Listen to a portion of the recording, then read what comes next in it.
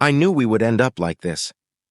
I sat in my seat overlooking the bridge as I sipped a cup of tea, trapped in a system we didn't know, surrounded by thousands of derelict craft and starship debris from a gargantuan ancient battle, while barely escaping from pirates. So, what's the damage? I asked.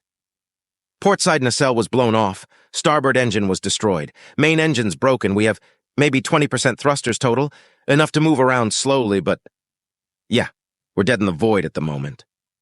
I heard over the radio from the crew outside. I sighed and finished my tea. I took a look over the data slates for damage reports. Breach in starboard engineering. Railgun slug went straight through, miraculously missing our reactor by mere inches. Multiple breaches. Thankfully, the pirates weren't so much for surprise attacks and we lost no crew. Freezer burn from void exposure and a few broken bones, but nothing that they won't walk away from. We can be thankful for that, at least. The ship I had for 2 decades was in ruins, tatters, shambles, whatever descriptive facsimile you could think up. It was done. We could repair it with plenty of resources to do so, but after we got to dry dock in a safe area, it would be immediately scrapped. It would fail inspection, its license pulled, then it would be scrapped. Livelihood gone. Start scanning the debris field for usable components. Let's start repairs and get out of here. We'll say our goodbyes and submit our job applications when we're out of the woods, I said with a somber sigh. Yes, sir. The others in the room replied in a somber tone. A few hours passed, and our local human, just a service technician who fixed light panels and replaced filters, arrived on the bridge in full spacesuit holding a toolbox. "Hey, boss," he said excitedly. "Oh, hello, Thomas. Kitted up for the repairs already?" I said. "Nope. Grabbing my scout bike and going for a quick joyride. I saw something in the debris field and wanted to check it out. Just came to get the okay," he said with a smile behind his bulletproof faceplate. I looked at the scanning technicians, who looked back and tapped their timepieces. "Looks like it will be a few hours before we can do anything, so go ahead. Please be safe.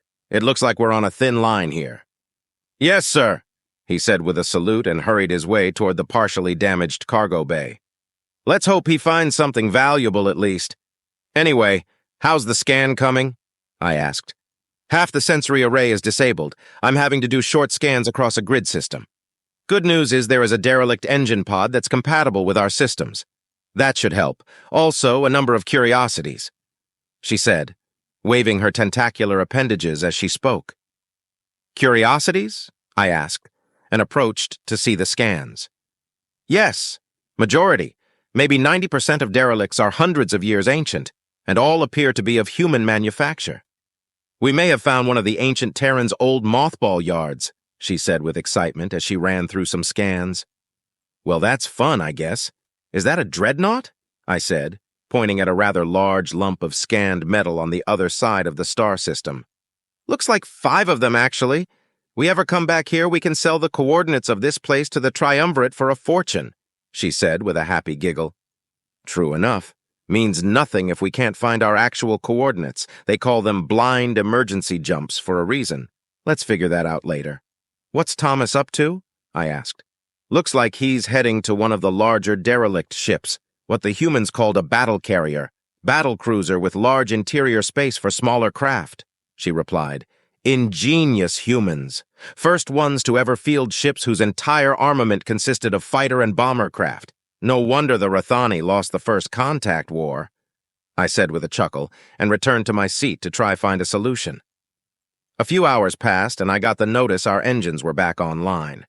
Thomas was nowhere to be found, so I decided we would very gingerly coast up to him using momentum. Easier said than done, considering the debris field, but eventually we came into visual distance of the craft he was on. I could clearly see his transponder signal coming from the massive warship. "Hey, boss!" came the loud, excited yell from the radio. "Oh, hello, Thomas! Glad you finally spoke to us," I said scoldingly. "Don't whine! I've been busy. You see that large U-shaped ship near me?" he said. "Yes, I do. What are you even up to?" I asked. "Don't worry about it. While salvaging some spare parts, I found something better. But that ship next to me is something called a fleet tender. It's a mobile dry dock, and as far as I can tell, it's still intact. You can use that to finish repairs. I'm almost done." He yelled back, then went silent again. "Any idea what that ship is he's working on? It looks buggered, I said.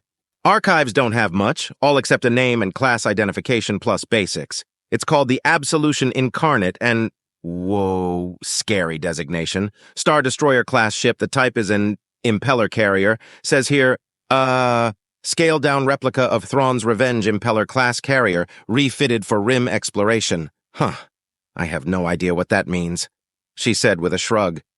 Well, it is a most intimidating machine and title, but it looked like the thing was far beyond its useful service life. It was an odd rhombus triangular design, a large elevated bridge on the hull, a section in the middle in front cut out to give the ship a W shape, or something. It was an odd design, but, judging by the hundreds of heavy cannons mounted on its hull, I'd say it probably lived up to its reputation. This one, however, looked very, very broken. Several large chunks of ship now hung lazily out in space. The left one of the frontal prongs of the pointy front end was drifting away from the hull. Part of the upper section had been torn away and was just missing. 2 of its 6 massive engines were beyond salvaging, and part of its rear end had been blown off. Right in front near the command deck appeared to be a very large hole straight through it. Gods, if only the humans bothered to reclaim their empire, these ships would be patrolling the galaxy. Look at the size of the guns on that thing, I said with a mixture of sorrow and awe. While I was mulling over the ship's design, we carefully maneuvered ourselves into the fleet tender. The ship was 10 times the size of our little freighter. We gently slid into what was clearly a kind of dry dock. Nothing happened, of course. This thing looked very much gone, but my engineers squealed with excitement. Apparently the tender was indeed derelict, reactors and power gone, but the tools array this thing had was more than they could hope for. The engineers got quickly to work, hammering out dents, welding scaffolds, and fixing parts.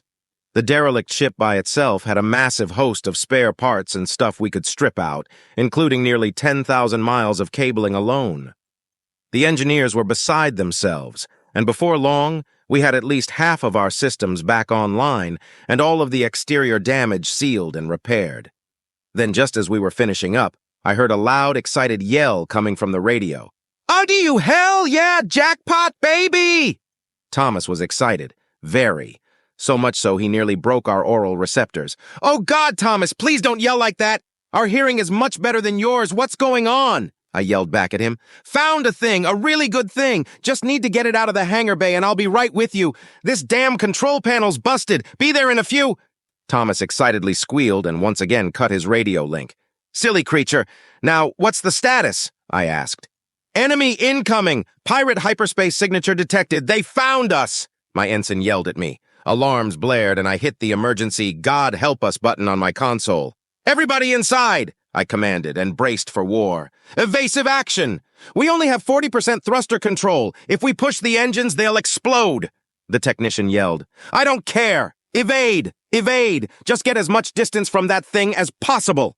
I commanded and shuddered in my seat as what was left of our engines sputtered to life. "Here, Piggy. You have cargo that belongs to us, the pirate captain barked through the radio. Disgusting Vartarian filth. "Thrusters at maximum. Heading to that derelict for cover," the pilot yelled as we maneuvered through the debris field. "They're firing. Weapons lock detected," the gunnery sergeant said. "Brace for impact," I barked. We were nearly jolted out of our seats by a plasma bolt hitting us on the rear starboard end, blowing what remained of our engine clear off its housing.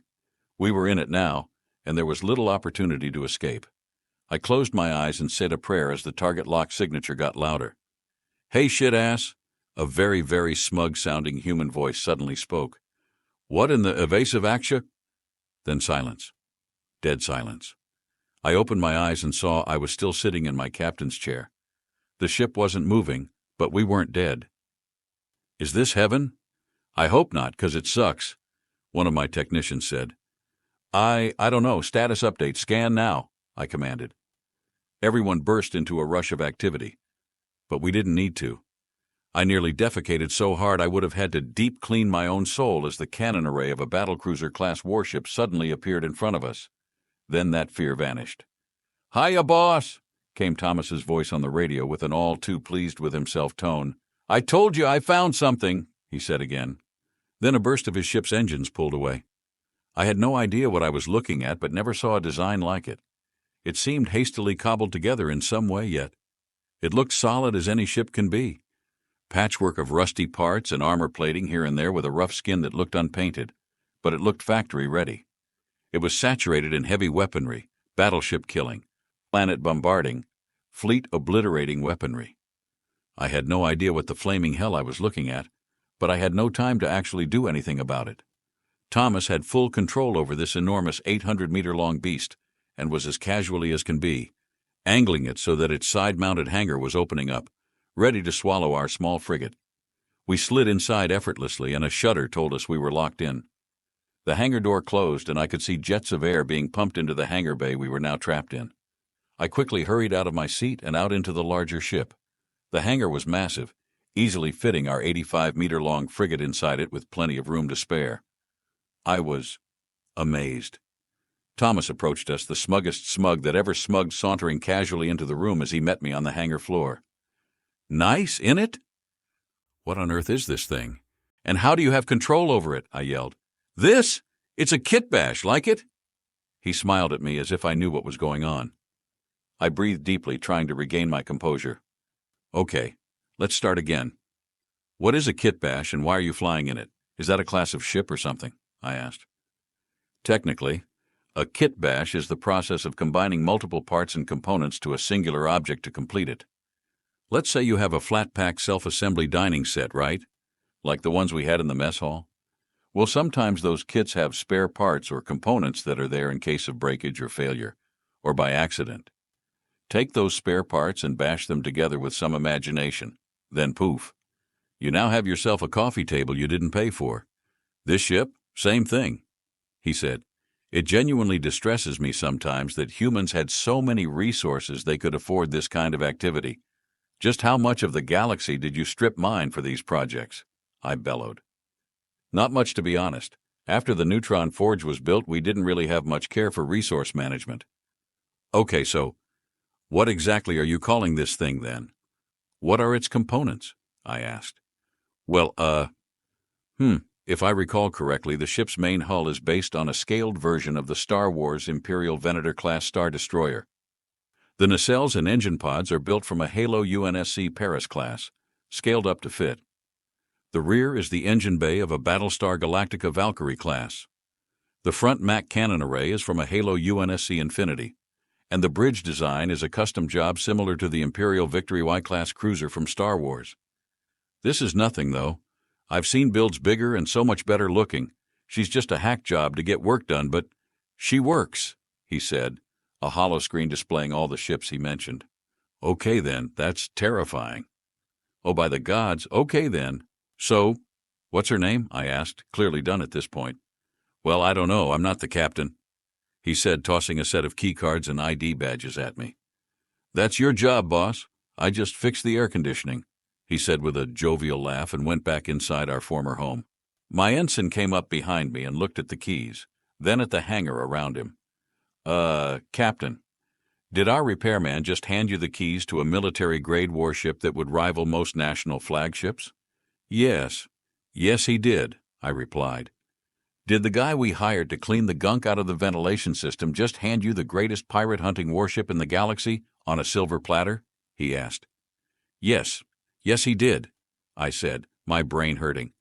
"Fully armed, fully fueled, and capable of destroying a Vartarian destroyer with one shot, and he just gave it to you, then went back to cleaning out the gunk in the vents?" he asked. I could feel the strain in his voice. I sat on the floor and cradled my aching head. Yes, he did. My head hurts. I understand why the humans disappeared. With the shit they could do, they would have obliterated half the galaxy. I'm kind of thinking that's a good thing," he said as he sat next to me, likewise cradling his head. Yes, it is." I took a deep, frustrated breath. "Okay, let's go. We have cargo to deliver, and with any luck we can repair the old ship. I'm not leaving her behind," I said, standing up. "Okay, but, what's the name of the new ship, the big one?" he asked. Let's call her Kitana Kitbash. On the nose and direct, but I've never been good at names anyway. Let's just go for that. Let's explore this thing and find out what we can do with it," I said. Just then, My navigations officer appeared and scrambled down the ramp. "Captain! Captain!" she yelled and rushed over to me. "Yeah, what is it?" I asked. She shoved a datapad into my hands and gasped out, "We found Sol! The human homeworld! The coordinates were in this ship's databanks." I took one look at the data. Indeed it was. Sol, 1 star, 9 planets, hiding on the edge of the galaxy in dark space after humanity decided to teleport its home system away. And we now had the coordinates.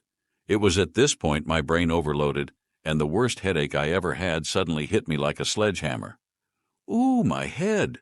If you love engaging stories like this, make sure to like, subscribe, and turn on notifications to stay updated with all the latest episodes from FY Stories.